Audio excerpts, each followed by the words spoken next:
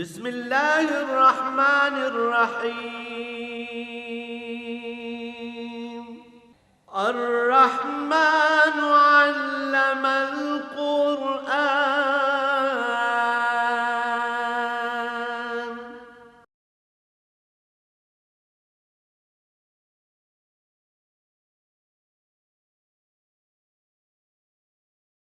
الحمد لله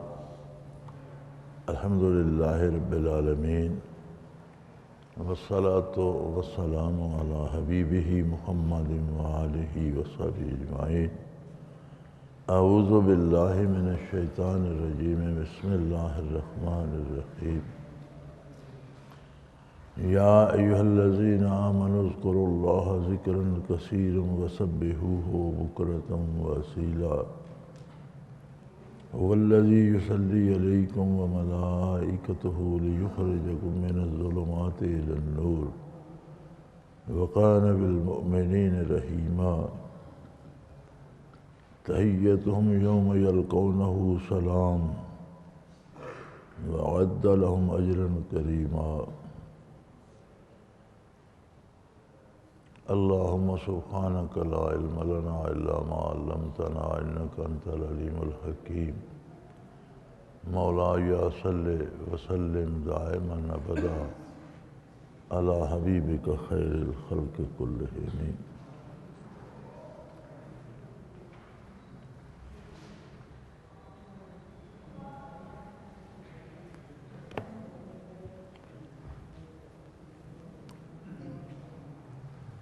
اللہ اللہ اللہ. یا ایھا الذین آمنوا اذکروا اللہ ذکرا کثیرا. اے وہ لوگو جنہیں ایمان نصیب ہے، اللہ کا ذکر کثرت سے کرو.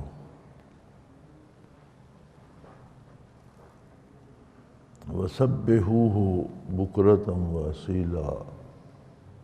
صبح و شام علی الدوام اس کی پاکی بیان کرو کہ وہی کریم ہے جو تم پر مسلسل رحمت نازل فرماتا ہے، اور اس کے فرشتے ہمہ وقت تمہارے لیے دعا کرتے ہیں کہ تاکہ تمہیں اندھیروں سے نکال کر روشنی کی طرف لے جائے، اور وہ ایمان والوں پر بہت مہربان ہے.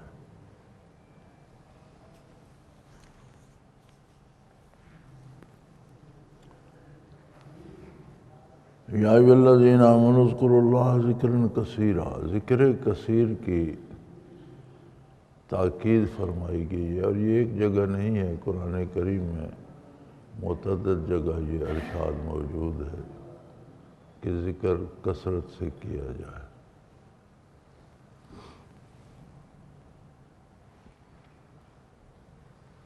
اللہ کریم نے جتنی مخلوق پیدا فرمائی ہے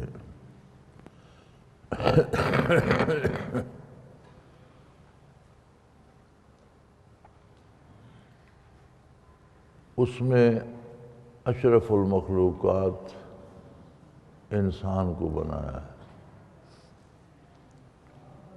انسان کو وہ شعور بخشا ہے کہ یہ اپنی حیثیت کے مطابق ذات باری کو پہچان سکتا ہے. معرفت الہی نصیب ہوتی ہے ایسے، اگرچہ ہر فرد کا معرفت کا اپنا درجہ ہے، جتنی جس میں استعداد ہے، جتنا جس کا مقام ہے، لیکن انسان میں استعداد موجود ہے. تا دم آخر اگر اسے ایمان نصیب نہیں ہے تو یہ استعداد دب جاتی ہے، موجود رہتی ہے. جب بھی کبھی ایمان لے آئے تو یہ پھر تازہ دم ہو جاتی ہے. اگر اسلام کے باہر موت واقع ہو جائے تو پھر اس کی واپسی کی گنجائش نہیں رہتی۔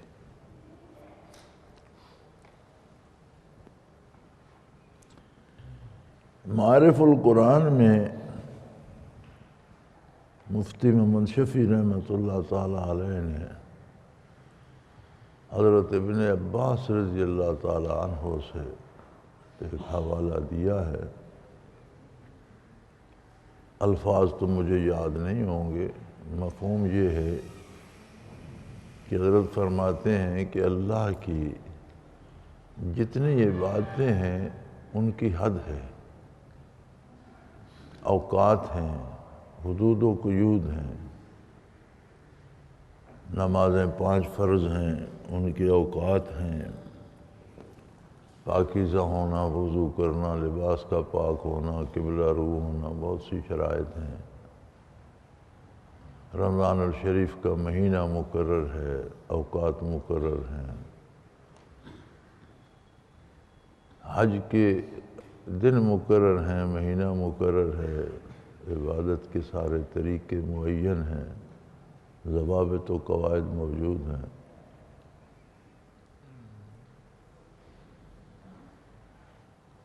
زکوٰۃ سال میں ایک بار ہے، اس کے قاعدے ضابطے سب موجود ہیں۔ لیکن ذکر ایک ایسی عبادت ہے کہ اس کی نہ کوئی حد ہے، نہ کوئی قید ہے، نہ کوئی اس کا وقت ہے، نہ کوئی حالت ہے۔ وضو ہے ٹھیک ہے، نہیں ہے ٹھیک ہے، گرمی ہے، سردی ہے، گھر میں ہے، سفر میں ہے۔ باقی عبادات ہیں، بندہ بیمار ہو جائے، بعض چیزیں ایسی ہیں جو معاف ہو جاتی ہیں، بعض عبادات ایسی ہیں جن میں کمی ہو جاتی ہے۔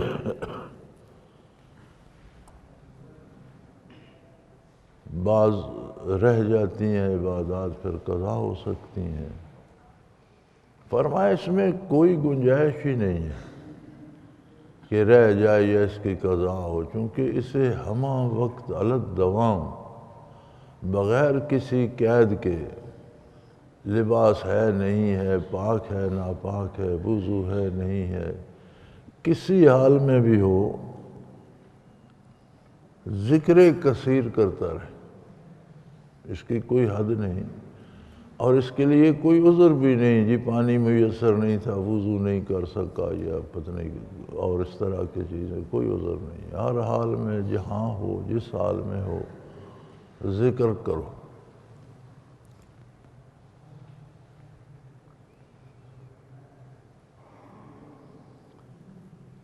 اور علی الدوام اس کی پاکی بیان کرتے رہو، بکرتم و اصیلا، صبح و شام، یعنی علی الدوام، ہمہ وقت۔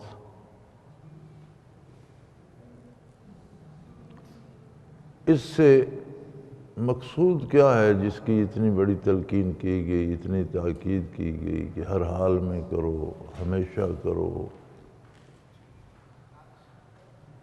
اذکار کی مختلف اقسام ہیں، عمل بھی ذکر ہے، ہر وہ عمل جو شریعت کے مطابق کیا جائے اس میں اللہ کی یاد موجود ہے، ایسا کیوں کر رہے ہو، ایسا اللہ کا حکم ہے۔ عملی ذکر ہے، زبان سے کیا جاتا ہے، لسانی ذکر ہے، تسبیحات پڑھی جاتی ہیں، تلاوت کی جاتی ہے، عبادات کی جاتی ہیں، لیکن کسی میں دوام نہیں ہے۔ عملی ذکر بھی اوقات کا، معین اوقات کا محتاج ہے، زبانی ذکر بھی اپنے اوقات کا محتاج ہے، بندہ سو جائے، بے ہوش ہو جائے، زبان بند ہو جائے گی، اور ویسے بھی زندگی بھر کی ترجمانی زبان نے کرنی ہوتی ہے، صرف ذکر پر کہاں لگی رہے گی۔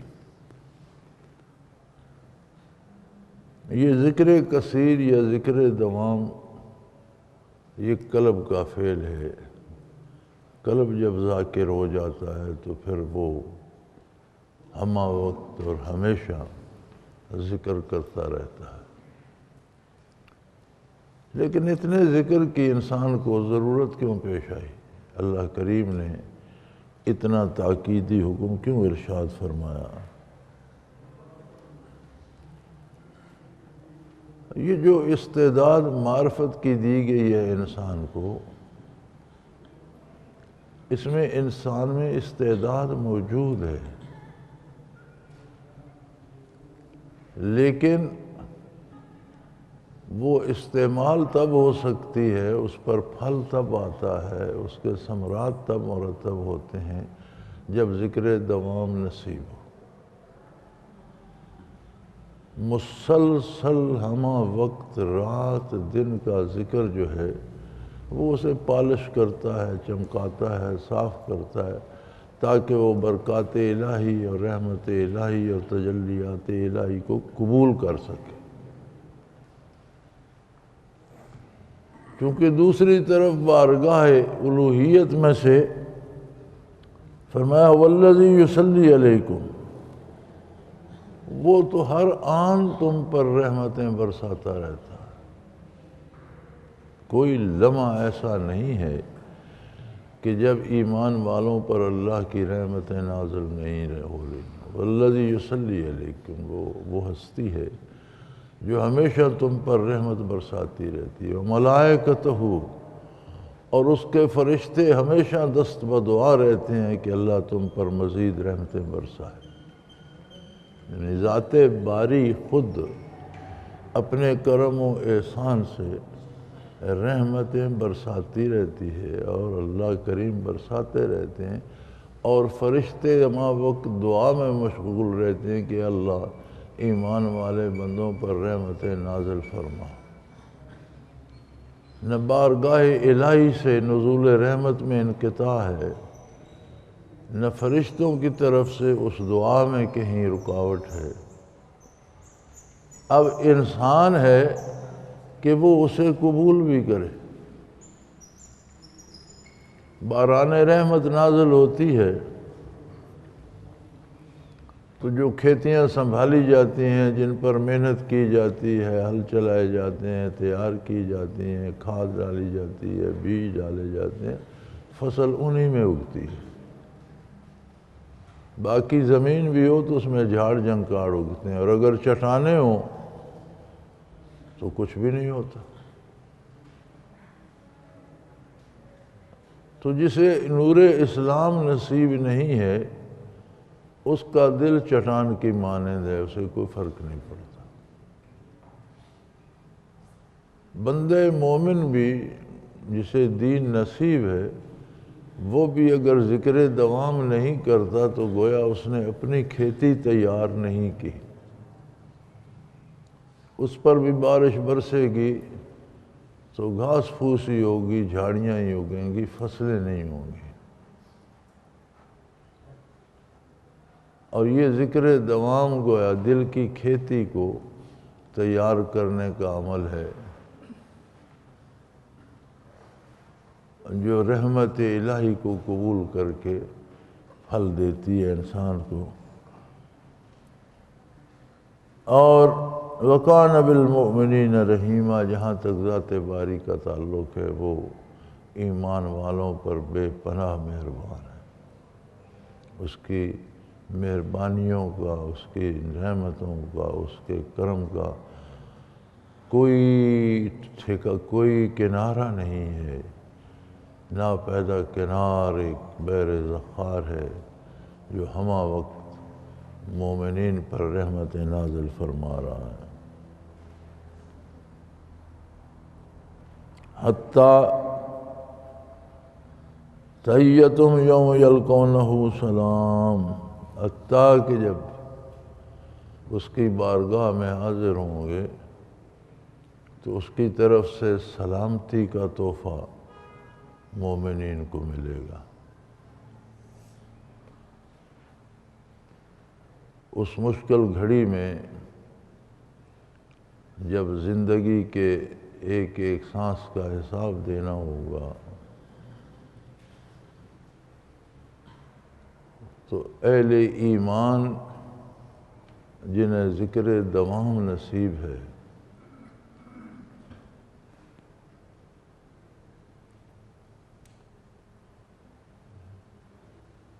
انہیں اس وقت اللہ کی طرف سے سلامتی کا تحفہ ملے گا۔ وَعَدَّ لَهُمْ أَجْرًا كَرِيمًا، اور ان کے لیے بہت ہی عمدہ بدلہ تیار کر رکھا ہے اللہ نے، بہت ہی بہترین معاوضہ، بہترین اجرت، بہترین انعامات تیار کر رکھے۔ یہ ذکر دوام یہ کہاں سے آئے، کیسے ملے، کہاں سے حاصل کیا جائے؟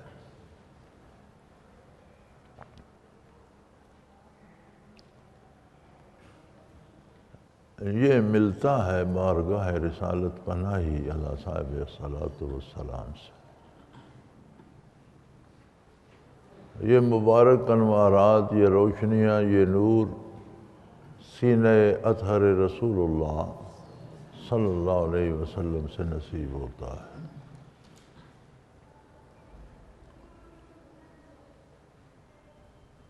تمام جہانوں کے خوش قسمت ترین انسان وہ تھے انبیاء کے بعد جنہیں براہ راست صحبت رسالت مآب صلی اللہ علیہ وسلم نصیب ہوئی۔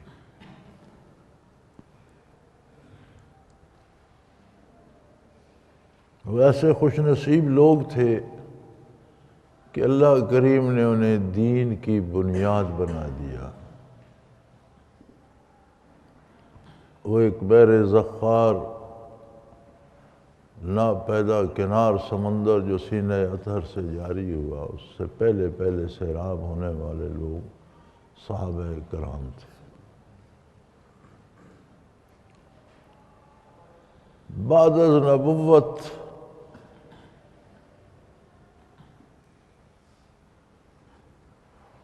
جن مقامات اور جن اعلیٰ حالات کا ذکر کیا جاتا ہے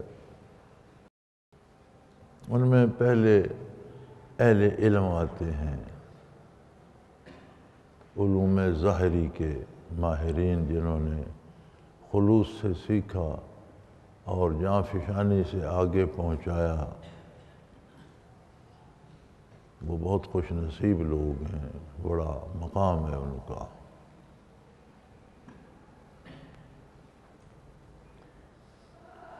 لیکن اس میں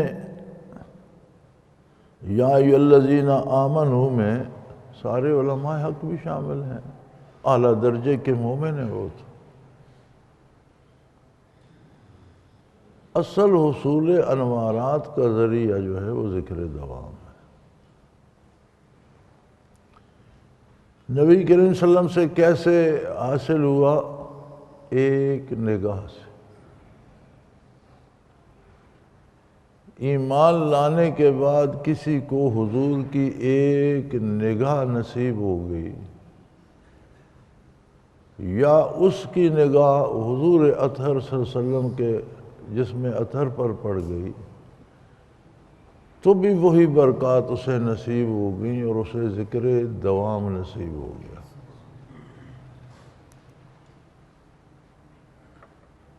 اس کا سینہ روشن ہو گیا، اس کا قلب ذاکر ہو گیا۔ قلب جب ذاکر ہوتا ہے تو ایک ایک ذرہ خون کا ذاکر ہوتا ہے، پھر وہ انسانی وجود کا ایک ایک سیل ذاکر ہوتا ہے۔ اور جدید سائنس کے مطابق انسانی وجود میں 10 کھرب سیل ہیں،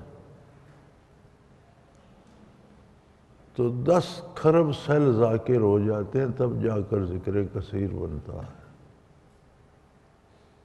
اور جب قلب ذاکر ہوتا ہے تو یہ رکتا نہیں، چونکہ یہ تو ماں کے پیٹ سے اس کی دھڑکن شروع ہوتی ہے اور موت تک جا کر موت پر ختم ہوتی ہے۔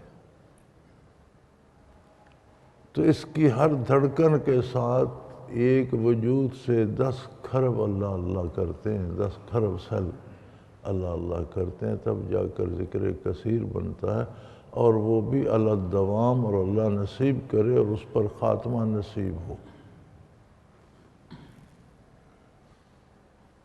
صحابہ کرام میں بھی یہ برکت تھی، جو ان کی مجلس میں آیا وہ تابعی ہو گیا۔ تابعین میں بھی یہ برکت تھی برکت تھی، مجلس میں آیا وہ تبع تابعی کہلایا، اور یہ خیر القرون ہے، قرون اولا جسے کہتے ہیں۔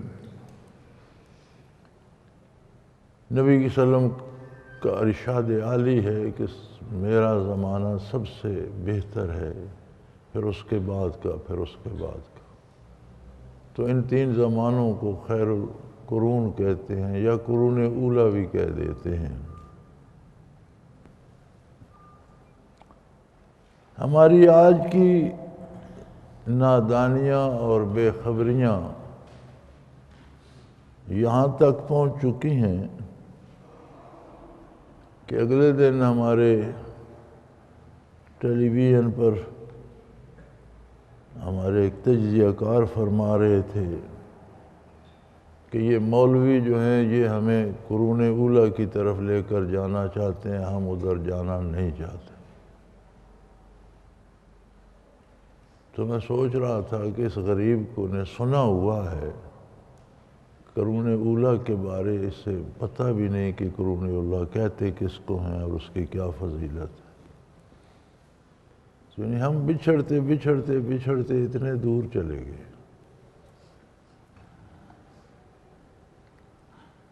تبع تابعین کے بعد لوگوں نے محنت کی، اپنے سینوں کو، اپنے قلوب کو اس قابل بنایا کہ وہ پہلوں سے وہ انوارات و تجلیات اخذ کریں اور ذکر دوام حاصل کریں۔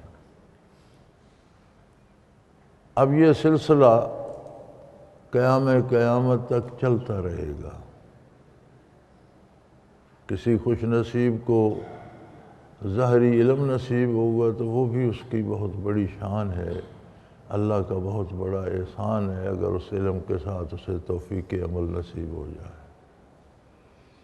کسی کو قرآن کے حفظ نصیب ہو گیا، کسی کو قرأت نصیب ہو گئی، کسی کو حدیث شریف پہ عبور نصیب ہو، یہ سارے اللہ کے احسانات کے مختلف پہلو ہیں۔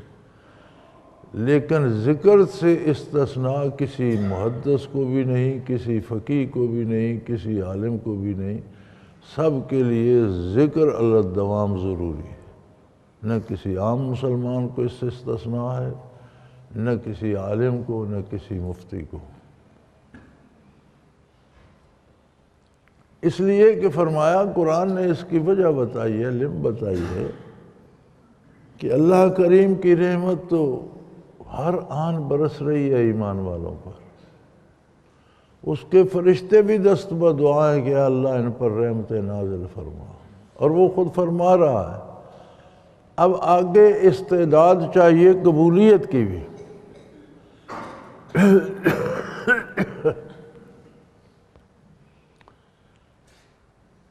پانی جتنا برس رہا ہو اور اگر کسی کا برتن ہی الٹا ہو تو بہت برسے یا کم برسے اسے کیا فائدہ؟ تو یہ دل کا پیالہ سیدھا کرنے کی بات ہے، چونکہ ہما وقت والذی یصلی علیکم وملائکتہ لیخرجکم من الظلمات الی النور۔ آدمی دنیا کی ظلمتوں میں پھنسا ہوا ہوتا ہے، اس کے لیے رحمت الہی برس رہی ہے۔ یہ ذکر دوام ہے جو اسے ان تاریکیوں سے نکال کر ان روشنیوں، ان انوارات کی طرف لے جاتا ہے جو اللہ کریم کی طرف سے ہمہ وقت نازل ہو رہے ہیں۔ اور یہ اللہ کریم کا بہت بڑا احسان ہے، بہت بڑی رحمت ہے اس کی، بے پناہ کرم ہے اس کا کہ ہمہ وقت نزول رحمت جاری ہے۔ ہم اپنی زندگیوں کو جب دیکھتے ہیں تو دن بھر لوگوں سے ہی واسطہ رہتا ہے، حیرت ہوتی ہے کوئی بندہ مطمئن نہیں، ہر بندہ پریشان حال، ہر بندہ دکھی، ہر بندے کی زبان پہ شکوہ ہے۔ اللہ کریم فرماتے ہیں میں علی الدوام رحمت نازل فرما رہا ہوں، میرے فرشتے بھی ہمہ وقت دعا کر رہے ہیں، تو فرشتے بھی دعا کر رہے ہیں، اللہ کریم رحمتیں نازل فرما، پھر پریشانی کس بات کی؟ لیکن بندہ جو بھی ملتا ہے وہ پریشان ہے۔ وہ جو قبول رحمت کی استعداد پیدا کرنی تھی دوام ذکر سے، لوگوں نے وہ چھوڑ دی، دلوں کو چٹانیں بنا لیا، ان پر ابر کرم برستا بھی رہے تو کیا فائدہ، پریشانیاں ہی پریشانیاں رہیں۔ اللہ کی طرف سے کمی نہیں ہوئی، اللہ کے فرشتوں کی طرف سے کمی نہیں ہوئی، ہماری طرف سے کمی ہے کہ ہم نے ذکر دوام چھوڑ ہی دیا ہے۔ چھوڑنے پر اکتفا کرتے تو بھی بات تھی، کوئی کسی کو نصیب ہو کوئی کرتا ہو تو ہم اسے روکنے کی بھی بھرپور کوشش کرتے۔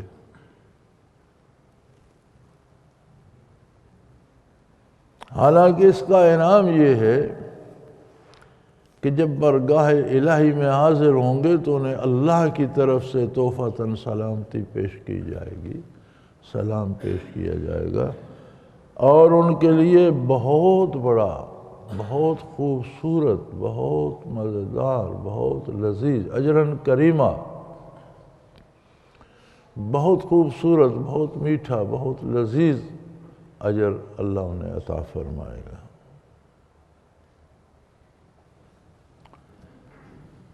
اب رہی یہ بات کہ یہ ذکر دوام جس منبع سے آتا ہے وہ منبع، وہ مرکز ہی نہ رہے تو یہ کہاں سے آئے گا؟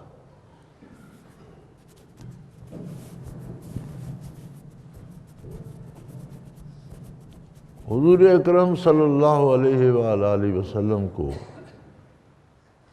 تو دنیا سے پردہ فرمائے صدیاں بیت گئیں،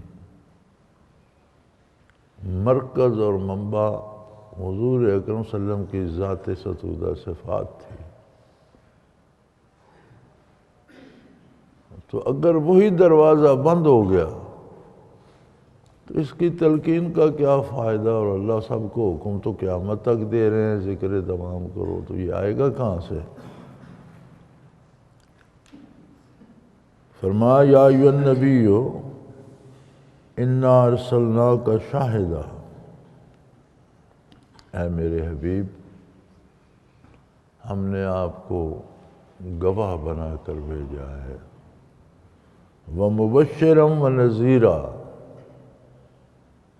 بھلے کام کی بہترین اجر کی بشارت دینے والے ہیں،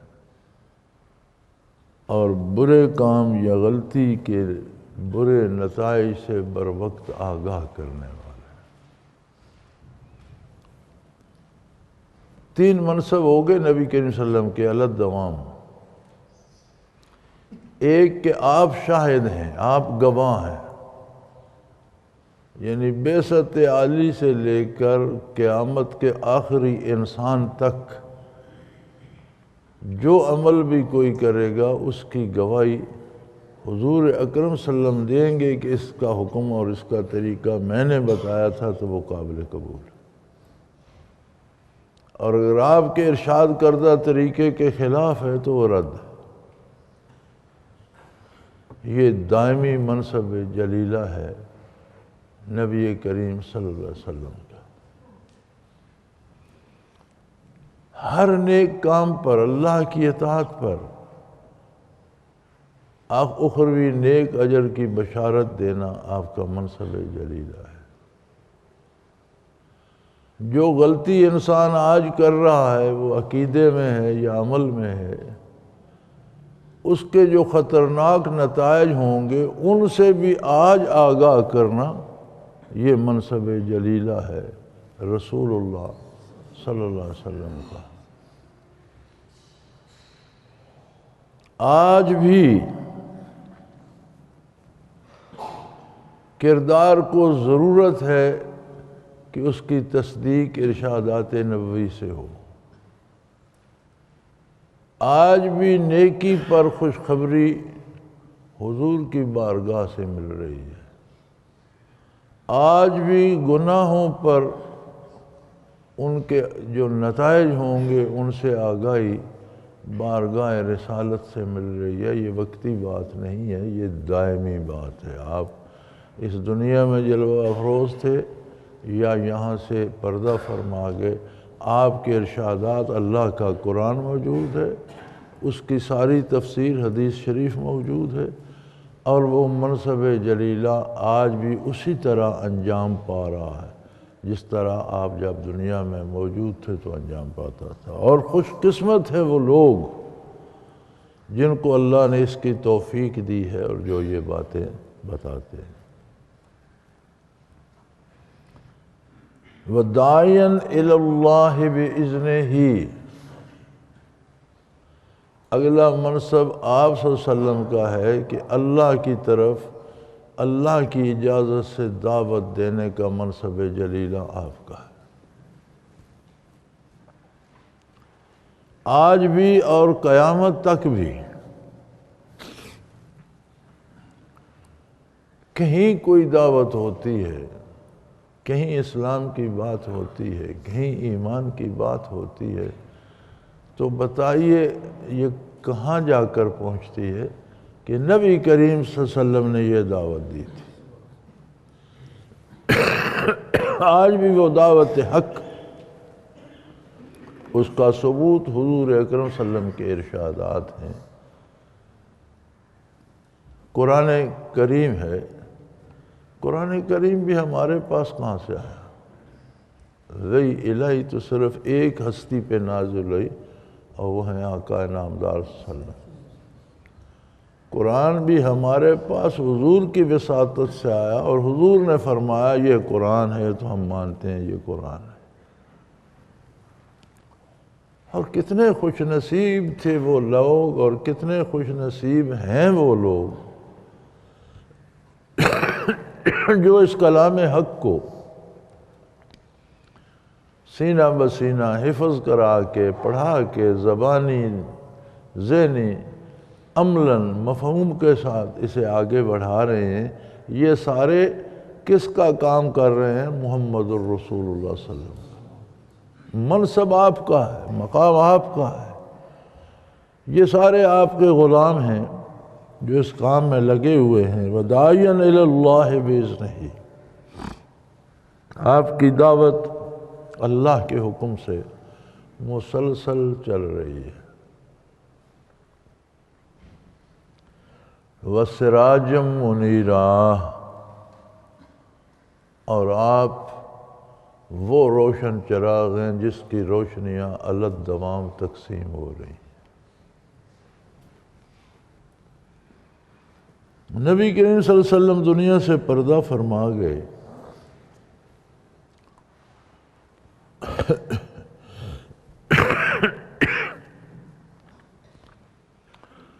موت کیا ہے؟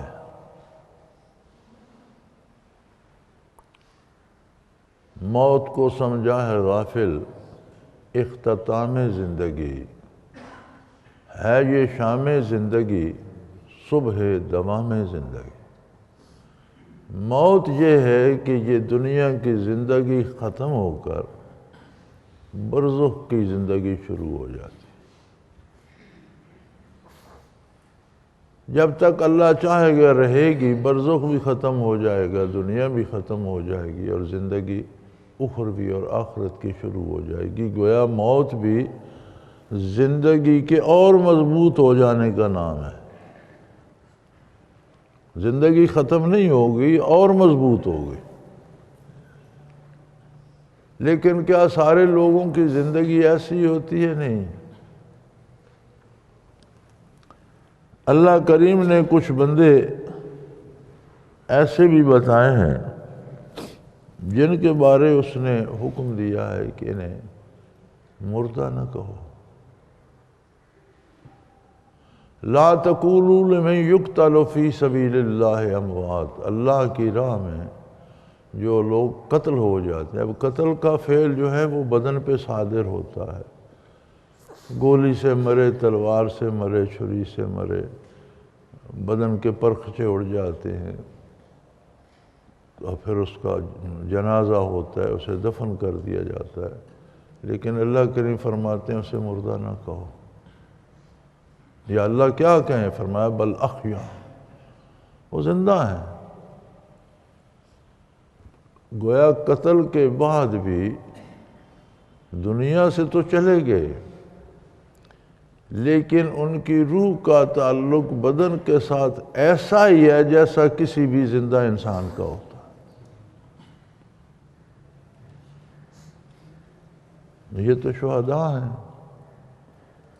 ایک پابندی اور بھی لگائی اللہ نے، وَلَا تَحْسَبَنَّ الَّذِينَ قُتِلُوا فِي سَبِيلِ اللَّهِ، جو اللہ کی راہ میں قتل ہوتے ہیں ان کے بارے یہ گمان بھی نہ کرو، یہ سوچو بھی نہیں کہ وہ مر گئے، وہ زندہ ہیں۔ موت جب آتی ہے تو یہ دنیا کا جو معین وقت اللہ نے بنایا تھا کسی کے رہنے کا، یہ ختم ہو جاتا ہے۔ روح بدن سے الگ ہو جاتی ہے، مکلف بذات روح ہو جاتی ہے اور بدن بالواسطہ مکلف ہوتا ہے۔ جیسے دنیا میں مکلف بذات بدن ہے، گرمی سردی بھوک پیاس بدن کو لگتی ہے، روح اس کے ساتھ ہے، بدن کو تکلیف ہو وہ بھی دکھی ہوتی ہے، بدن کو آسائش ہو وہ بھی خوش ہوتی ہے۔ برزخ میں مکلف بذات روح ہو جاتی ہے اور بدن بالواسطہ ہو جاتا ہے۔ برزخ کا عذاب ثواب جو آئے براہ راست روح پر آتا ہے، لیکن ہر ذرے بدن زمین میں جہاں بھی پھیل جائے روح کا تعلق اس سے رہتا ہے۔ اگر روح راحت میں ہے تو اس تک راحت پہنچتی ہے، اگر روح پر عذاب ہے تو اس تک ہر ذرے تک عذاب بھی پہنچتا ہے۔ یہ تو ایک عام انسان ہے۔ فرمایا شہید اس کی طرح نہیں ہے۔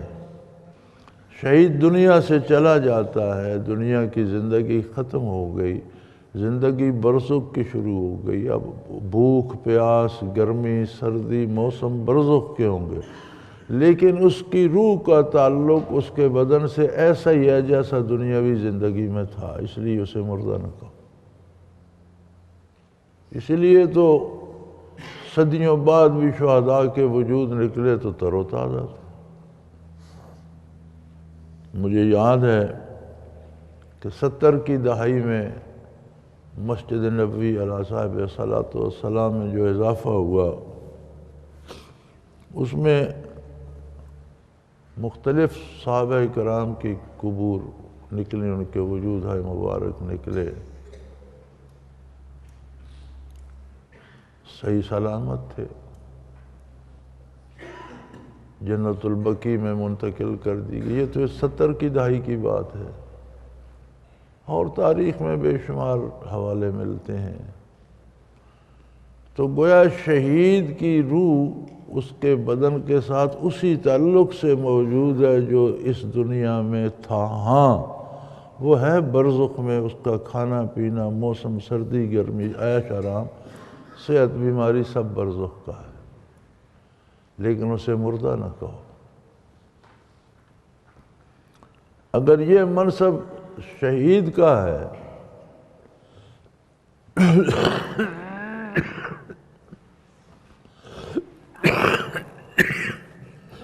تو نبوت کے بعد مرتبہ صدیقین کا ہے۔ من النبیین والصدیقین والشہداء، شہید کا درجہ تیسرا ہے۔ تو گویا کوئی صدیق ہے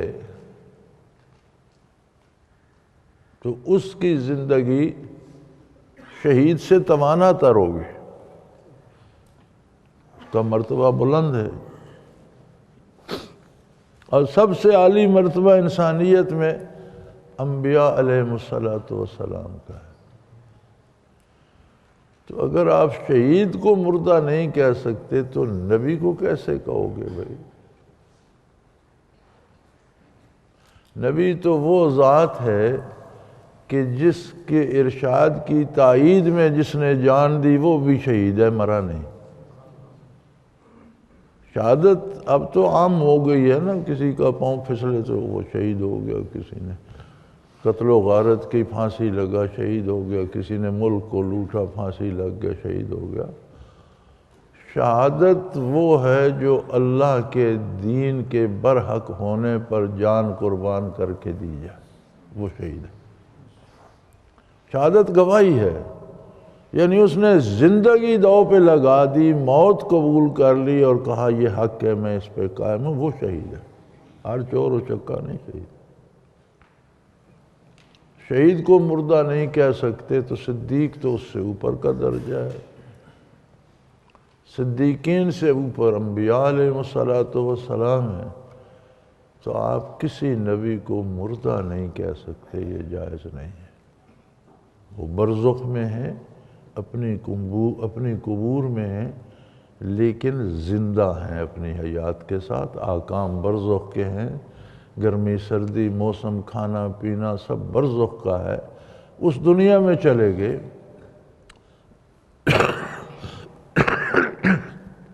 لیکن تمام انبیاء زندہ ہیں۔ اب اس کے بعد سب سے اعلیٰ مقام انبیاء علیہ السلام میں آقا نامدار حضرت محمد الرسول اللہ صلی اللہ علیہ وسلم۔ آپ کا مقام کیا ہے؟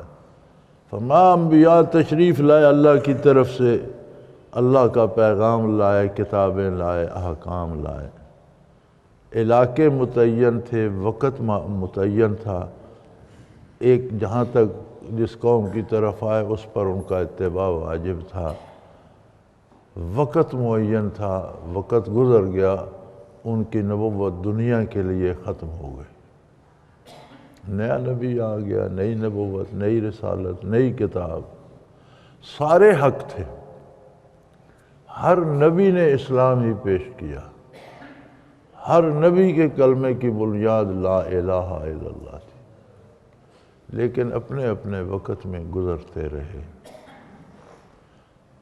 جب نبی کریم محمد الرسول اللہ صلی اللہ علیہ وسلم تشریف لائے تو ان کی نبوت ابد کے لیے، ہمیشہ کے لیے، ساری دنیا، ساری انسانیت کے لیے ہے، اور آپ کیا ہیں؟ سراجم منیرہ، روشنیاں بکھیرتا ہوا سورج۔ ایک شاعر نے کہا تھا نا، افلت شموس الاولین وشمسنا ابداً علی افق العلا لا تغربوا، کہ پہلوں کے سورج طلوع ہوئے غروب بھی ہو گئے، لیکن ہمارا سورج طلوع ہوا اور پھر ابد الآباد افق علا پہ چمکتا رہے۔ قرآن کریم فرماتا ہے سراجم منیرہ، آپ کو آپ کی نبوت جاری و ساری ہے، آپ کی رسالت جاری و ساری ہے، آپ کی برکات جاری و ساری ہیں، آپ روشن چراغ ہیں جو روشنیاں بانٹ رہا ہے۔ اب یہ لوگوں کے ذمے ہے کہ وہ آپ کے قلب اثر کی روشنی وصول کرتے ہیں یا نہیں۔ آپ کی نبوت جاری و ساری ہے، ہمیشہ وہ نور بٹ رہے ہیں، بٹتے رہیں گے۔ یہ اس سوال کا جواب آ گیا کہ اب ہم روشنی کہاں سے لیں؟ اللہ کریم نے فرمایا یہ روشنی قیامت تک نہ کم ہوگی نہ بجھے گی، یہ اپنی اپنی ہمت ہے کہ کون کتنا کیا حاصل کرتا۔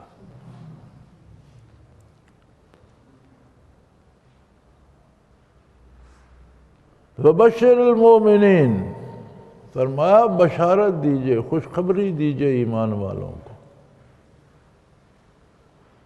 جنہیں ذکر دوام کا اللہ نے حکم دیا تھا اور جو ذکر دوام کر رہے ہیں انہیں خوشخبری دیجئے کہ بھائی تمہارا سورج افق علا پہ چمک رہا ہے، تمہیں اپنا دل صرف صاف کرنا ہے۔ آپ روشنی کے سامنے ایک آئینہ کرتے ہیں تو کتنی بھڑک اٹھتی ہے، آپ پتھر رکھے تو پتھر پر روشنی کا کیا اثر ہوگا؟ تو فرمایا مومن ایمان والوں کو تم مبارکباد دیجئے کہ اللہ نے برکات محمد الرسول اللہ کو دوام بخش دیا، آپ کی نبوت کو دوام ہے۔ آج آپ آج بھی نبی ہیں، آپ کل بھی نبی ہوں گے، آپ ہمیشہ نبی رہیں گے۔ جب نبوت قائم و تابندہ ہے تو اس کی ساری برکات بھی زندہ و تابندہ ہیں۔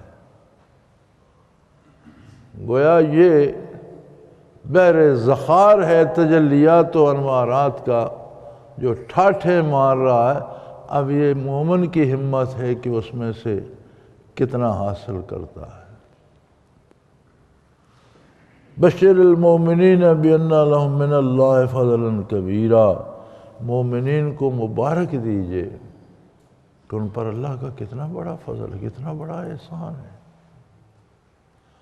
پہلے انبیاء کی طرح حضور اکرم صلی اللہ علیہ وسلم کی نبوت کا بھی عرصہ معین ہوتا، 1000 سال، 2000 سال، 4000 سال تو کوئی ختم ہو جاتا۔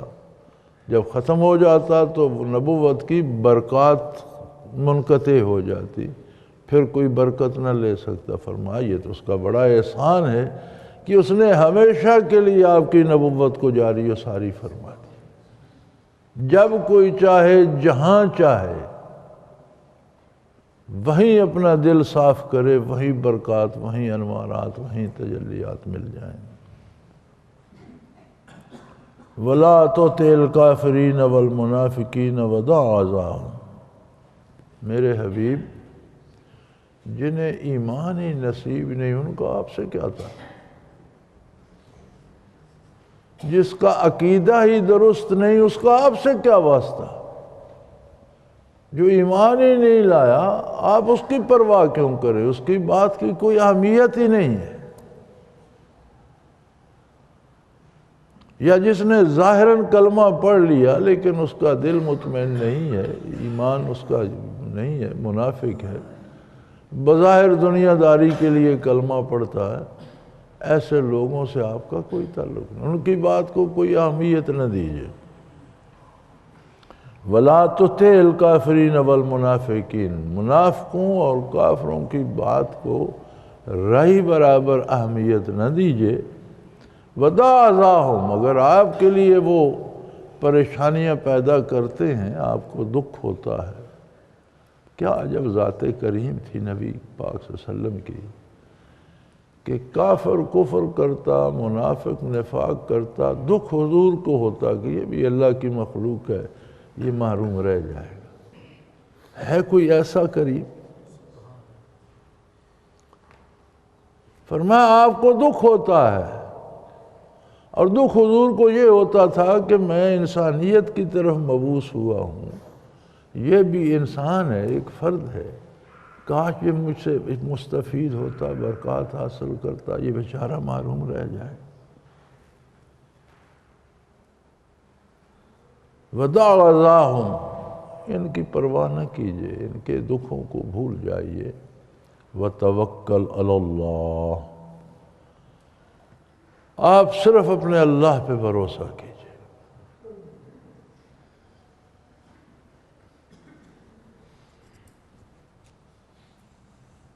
وَكَفَى بِاللَّهِ وَكِيلًا، ہر کام کو کرنے والا کارساز اللہ کافی ہے، کسی دوسرے کی ضرورت نہیں ہے، وہ خود کافی ہے۔ کائنات کے ہر ذرے کو سنبھالنا اس کا اپنا کام ہے۔ یہ توکل قرآن کریم حکم تو دیتا ہے، یہ کہاں سے ملے؟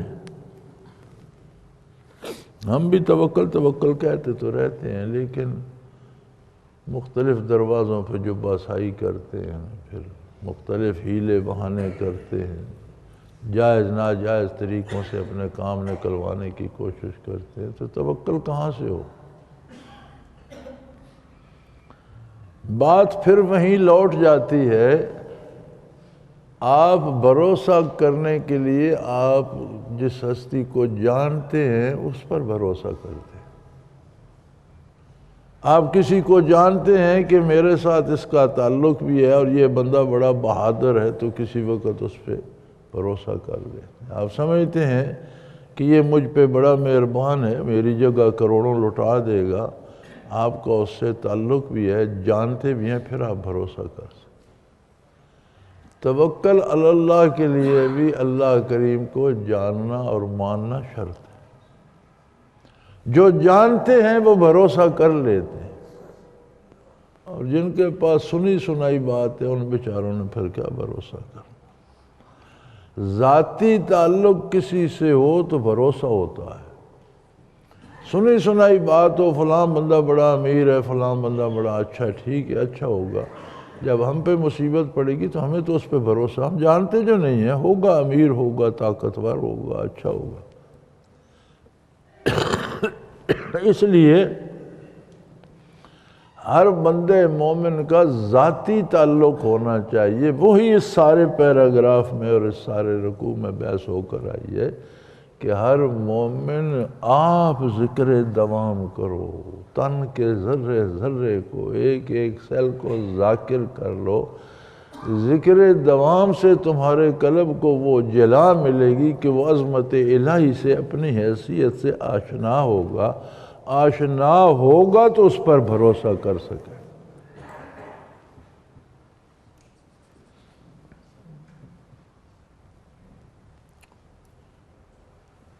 یا ایھا الذین آمنوا اذا نکحتم المؤمنات ثم طلقتموہن من قبل ان تمسوہن فما لکم علیہن من عدۃ تعتدونہا فمتعوہن وسرعوہن سراحا جمیلا۔ فرمایا باقی اپنی ساری زندگی میں تم سب سے بڑا کام نکاح ہے۔ نکاح ایک ایسا مبارک کام ہے، ایک خاتون ایک مرد کو آپس میں ایک دوسرے کے لیے حلال کر لیتا۔ کس کے نام پر؟ اللہ کے نام۔ یہ ایک ایسا مقدس رشتہ ہے کہ بچوں کا باپ سے، ماؤں سے، بہن بھائیوں سے، رشتہ داروں، عزیزوں سے، دوستوں سے، ہر ایک سے پردہ ہوتا ہے۔ دو بندوں کو اللہ کے نام پر اس طرح یکجان کر دیتے کہ ان میں کوئی پردہ نہیں رہتا۔ دو ایک ہو جاتے ہیں، کوئی دوئی نہیں رہتی۔ اگرچہ ہمارے زمانے میں تو یہ اب بدل گیا ہے، نکاح کا مطلب تو یہ تھا کہ دو بندے ایک ہو جائیں اور مل کر ایک نئے خاندان کی بنیاد رکھیں، زندگی کی گاڑی کو آگے چلائیں، معاشرے کو بہتر انسان دیں۔ اب ہمارا رواج تو یہ ہو گیا کہ جب تک شادی نہیں ہوتی تو رشتہ لینے والے منتیں کرتے رہتے ہیں، جب شادی ہو جاتی ہے تو پھر دینے والے پیٹتے پھرتے ہوتے ہیں۔ ایک دوسرے کو سیدھنا ہوتا ہے کہ یہ میں اسے سید کے رکھوں گا، ویسے اللہ کے فرماتے نہیں۔ یہ بڑا خوبصورت رشتہ ہے، بڑا خوبصورت تعلق ہے جو اللہ کے نام پر جائز اور حلال طریقے سے اللہ نے تم پر قائم کر دیا، اور نیک اولاد ہوتی ہے تو ساتھ ثواب بھی ہوتا ہے، عبادت بھی ہوتی ہے۔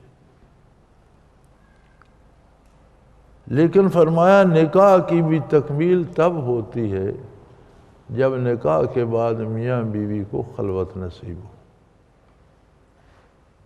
اگر وہ خلوت نصیب نہیں انہیں، نکاح ہو گیا پھر میاں بیوی مل کر علادگی میں نہیں بیٹھے، تو کسی وجہ سے، ہزار وجوہات ہو سکتی ہیں، کسی وجہ سے اگر نکاح توڑنا پڑ جائے، طلاق کی اہمیت کیا ہے؟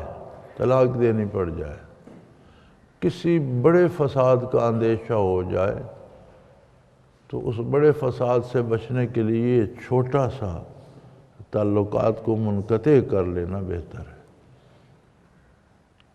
لیکن فرمایا حضور اکرم صلی اللہ علیہ وسلم نے کہ حلال کاموں میں سے سب سے ناپسندیدہ کام اللہ کے نزدیک طلاق ہے۔ طلاق دینا حلال ہے لیکن اللہ کو پسند نہیں ہے۔ جب ایک دفعہ اللہ کے نام پر حلال ہو گئے تو پھر زندگی کی گاڑی کو چلاؤ۔ لیکن اگر نوبت طلاق کی ہی آ جائے تو نکاح کے بعد جس بندے نے اہلیہ سے خلوت صحیحہ نہیں کی اس پر کوئی مہر واجب نہیں ہے. مہر لازمی شرط ہے نکاح کی. ہم تو رسم پوری کرتے ہیں نا، مہر رسم نہیں ہے. مہر ایک خوبصورت طریقہ ہے کہ جو بچی نکاح ہو کر آتی ہے وہ مہمان نہیں ہوتی اس گھر میں، اس گھر کا فرد بن کر آتی. تو گھر میں ہر بندے، ہر بچے، ہر بڑے نے اپنی ملکیت، یہ کمرہ میرا ہے، یہ بھینس میری ہے، یہ گائے میری ہے، یہ کپڑا میرا ہے، یہ چارپائی میری ہے، یہ بیڈ میرا ہے. جو اوپر سے نکاح ہو کر آئے اسے بھی گھر میں ملکیت دو. وہ مہمان نہیں ہے کہ ہفتہ ٹھہرے گی چلی جائے گی، اس نے اب اسی گھر میں عمر بسر کرنی ہے. اسے اس گھر کا مالک بناؤ اور اپنی ملکیت میں سے اسے بھی دو کچھ. اور جب نکاح ہوتا ہے تو مہر واجب ہو جاتا ہے. ہم دیتے تو اس طرح سے ہیں نا کہ کوئی بابا مر جائے تو پھر بڑی بوڑھیاں لاٹھی ٹیکتی جا رہی ہوتی ہیں قبرستان. بڑی اماں کہاں جاتی ہو؟ یہ جا رہی ہوں تمہارے بابا کو مار معاف کر رہا ہوں. دیتے ویتے کوئی قبر میں معاف کرا رہے ہوتے. مہر سے مراد یہ ہے کہ آنے والی بچی کو بھی گھر کا مالک بنایا جائے. اور شرعی مہر بھی حیثیت کے مطابق ہے. جب نہ دینا ہونا تو کہتے ہیں جی مہر شرعی رکھ دو. شرعی کیا ہے؟ 32 روپے. 32 روپے کہاں تھے بھائی؟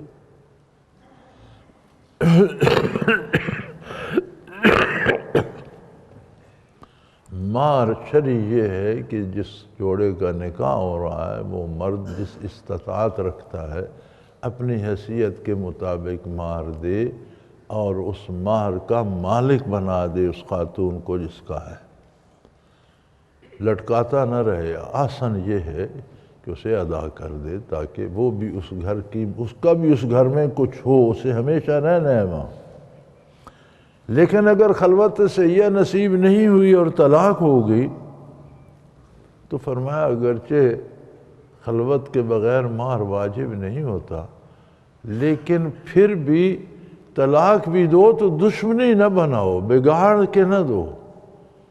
یعنی کوئی بڑی خرابی کے ڈر سے یہ چھوٹی خرابی کر رہے ہو تو اس میں بھی تعلقات بگاڑو نہیں. تم پر مہر واجب نہیں ہے لیکن اسے کچھ نہ کچھ پھر بھی دو تاکہ رنجش نہ رہے، دشمنی نہ بنے.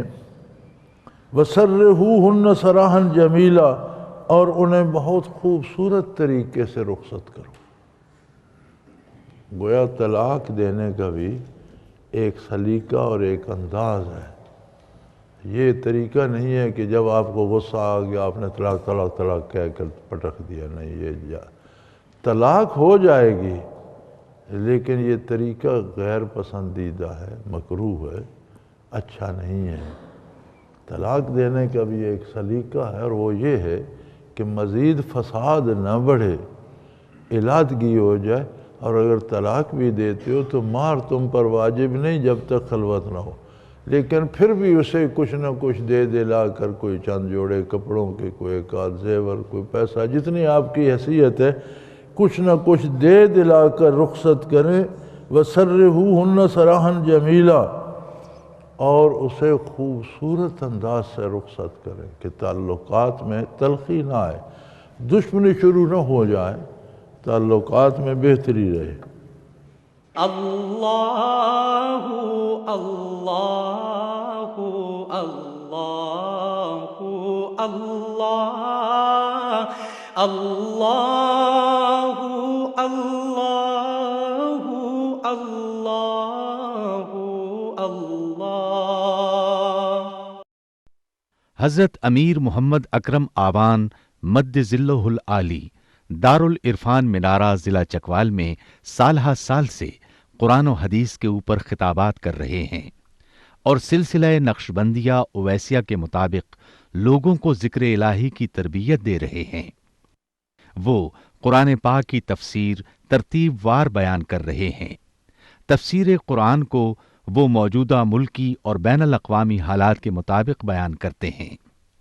موٹر وے سے کلر کہار کے انٹرچینج سے نکلتے ہوئے، کلر کہار کی جھیل سے ہوتے ہوئے، میانی، بوچھال اور نور پور سے گزرتے ہوئے دارالعرفان منارہ پہنچ سکتے ہیں۔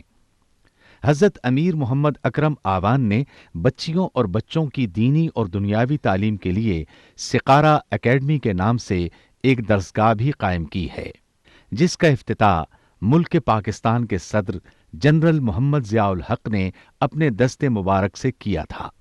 وہ تمام احباب جو اسلام کی طلب رکھتے ہیں، ان سے گزارش ہے کہ دارالعرفان منارہ ضلع چکوال میں امیر محمد اکرم آوان صاحب کے خطابات سے مستفید ہوں۔